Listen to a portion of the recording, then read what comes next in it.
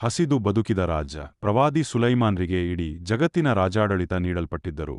ಅವರು ತಲೆಯೆತ್ತಿ ಆಕಾಶದ ಕಡೆ ನೋಡುತ್ತಿರಲಿಲ್ಲವಂತೆ. ತನ್ನ ಪ್ರಜೆಗಳಿಗೆ ರುಚಿಕರವಾದ ಸ್ವಾದಿಷ್ಟ ಆಹಾರಗಳನ್ನು ನೀಡುತ್ತಿದ್ದರು. ಆದರೆ ಪ್ರವಾದಿಯವರ ಆಹಾರ ಬಾರ್ಲಿಯ ಒಣಗಿದ ರೊಟ್ಟಿಯಾಗಿತ್ತು.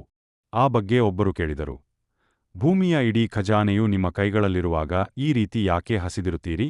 ಸುಲೈಮಾನ್ ನಬಿ ಹೇಳಿದರು, ಹೊಟ್ಟೆ ತುಂಬಾ ತಿಂದರೆ ನಾನು ಹಸಿವಿರುವವರನ್ನು ಮರೆತು ಬಿಡಬಹುದೇನೋ ಎಂಬ ಭಯವಾಗುತ್ತಿದೆ.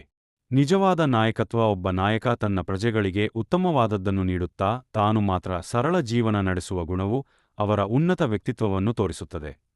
ಪ್ರಜೆಗಳು ಸ್ವಾದಿಷ್ಟ ಆಹಾರ ಸೇವಿಸುವಾಗ ರಾಜನಾಗಿದ್ದರು, ಅವರು ಬಾರ್ಲಿಯ ಒಣರೊಟ್ಟಿ ತಿನ್ನುತ್ತಿದ್ದರು ಎಂಬುದು ಅವರ ತ್ಯಾಗಕ್ಕೆ ಸಾಕ್ಷಿ. ಸಮಾನಾನುಭೂತಿ. ನಾನು ಹೊಟ್ಟೆ ತುಂಬಾ ತಿಂದರೆ ಹಸಿದವರನ್ನು ಮರೆತು ಬಿಡಬಹುದು ಎಂಬ ಅವರ ಮಾತು ನಮ್ಗೆ ದೊಡ್ಡ ಪಾಠ.